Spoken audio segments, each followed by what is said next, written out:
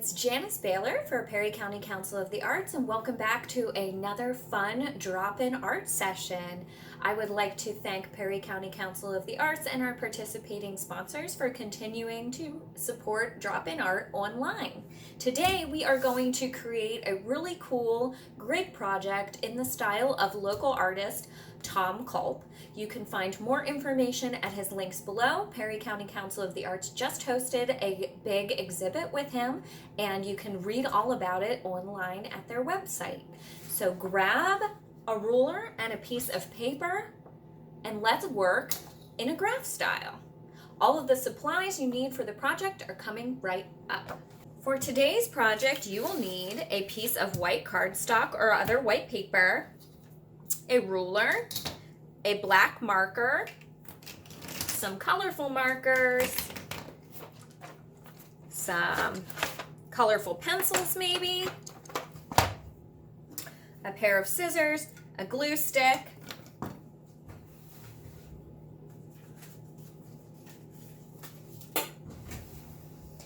and some scrap pieces of colorful paper. You can also get these papers, colorful papers from cuttings of magazines too. That would also work.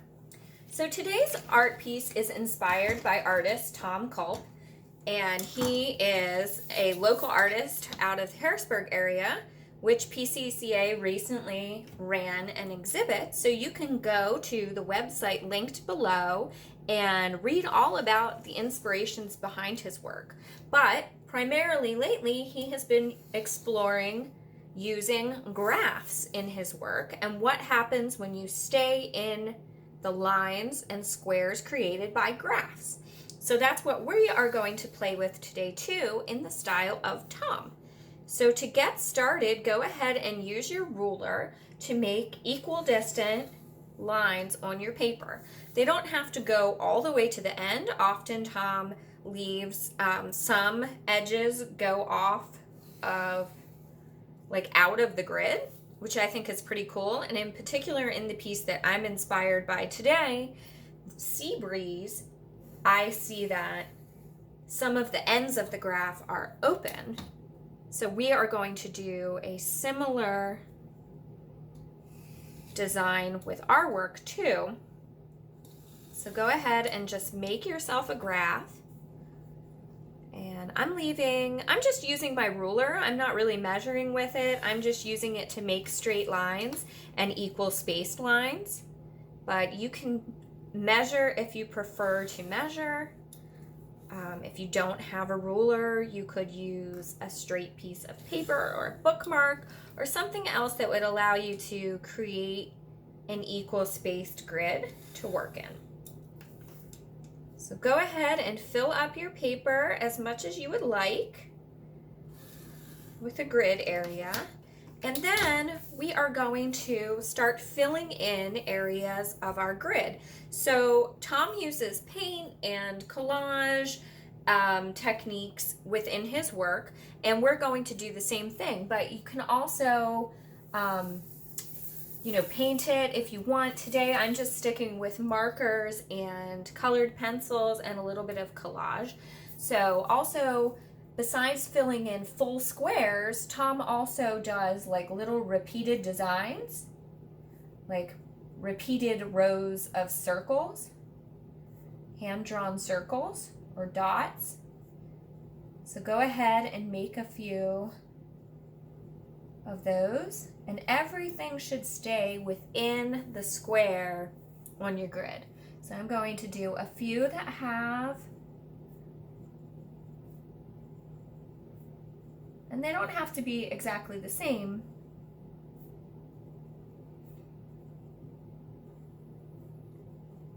So you can explore offsetting things in the lines and what are the different looks that you get when you play with spacing and lines within lines. And I'll do one more maybe down here that's like that to spread it out. And this one I'll try to be a little bit more precise like the first one. I think it's cool to think about containing all of your elements in a little square. And then let's add some different colors to this. So I'm going to choose, kind of like Seabreeze had some very pretty fuchsia red tones. I'm going to color in one of my squares with that fuchsia red and try to stay. This is a point when we really want to try to stay in the lines. We're not coloring outside of the box. We're staying in the box. And let's do another one down here.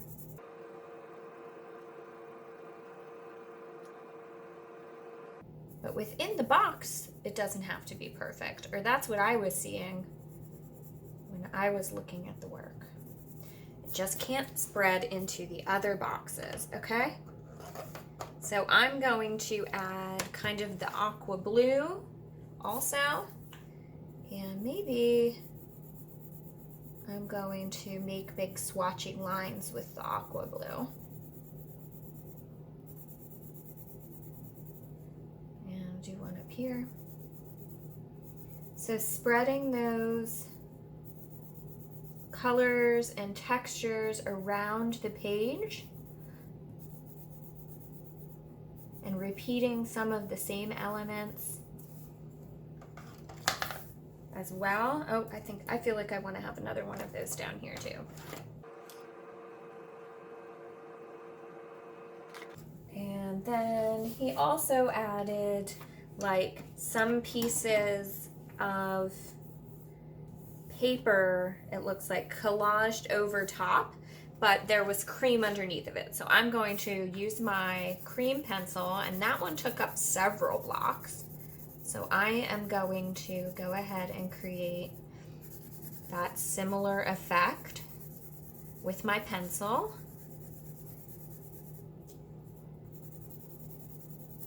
And do some cream sections that I'm then going to put a strip of collaged paper over top. So I have this one that can reach across several boxes. And this one needs to be a bit smaller. I think it's fun sometimes to learn about art by recreating an artist you see and experimenting with their work.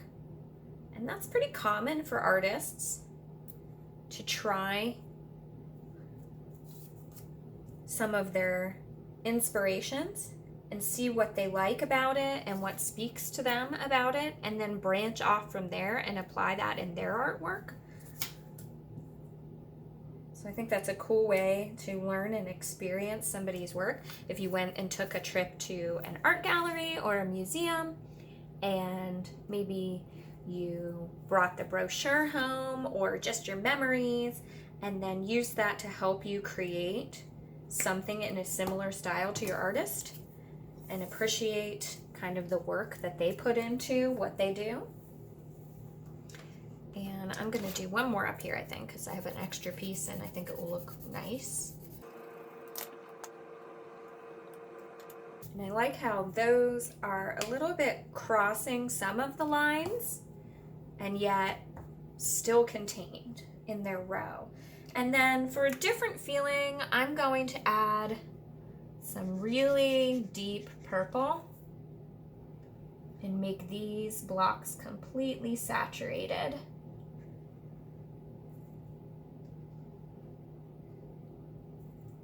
And I think it's fun to play with like positive and negative space like this.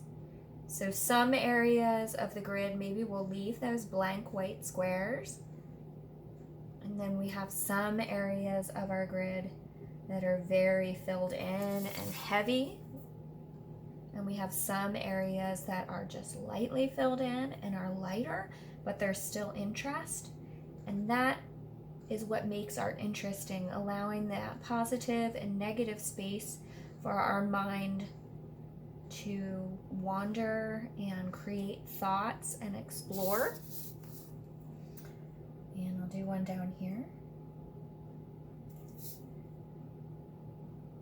And I like spreading the colors around the page, but maybe you want to explore with what happens if you work with very similar things tighter in your grid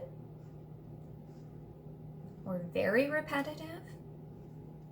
What happens if you fill up the whole grid with dots? It could be very relaxing and meditative. And I'm going to put, let's see, maybe I'll do one purple in every single row. So down here I have this one open. So I'll fill this one in, and then I'll do one more. And in this row, I have these 3 to choose from. So maybe I'll do this one.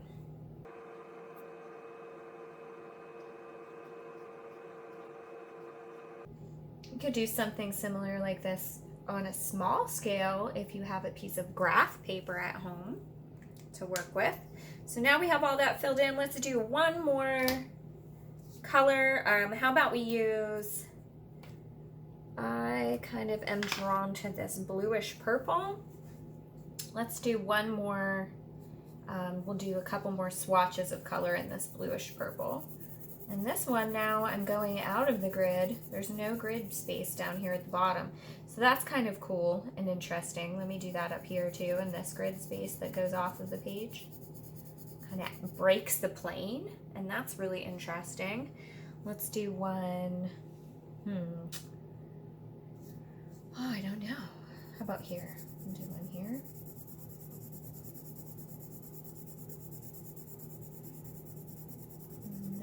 How about we experiment with a few more dots in some of our other open spaces? Let's add in a little, let's add in bigger dots in black and see what that looks like to contrast with the small dots. And these kind of make me think of like rolling a crazy pair of dice. Maybe one more down here. So there you have it, our Thom Kulp inspired grid artwork. And I really encourage you to go check out his work at the link provided and be inspired to work within the constraints of a grid and see where your mind takes you. Thanks for joining me today, friends. Stay creative.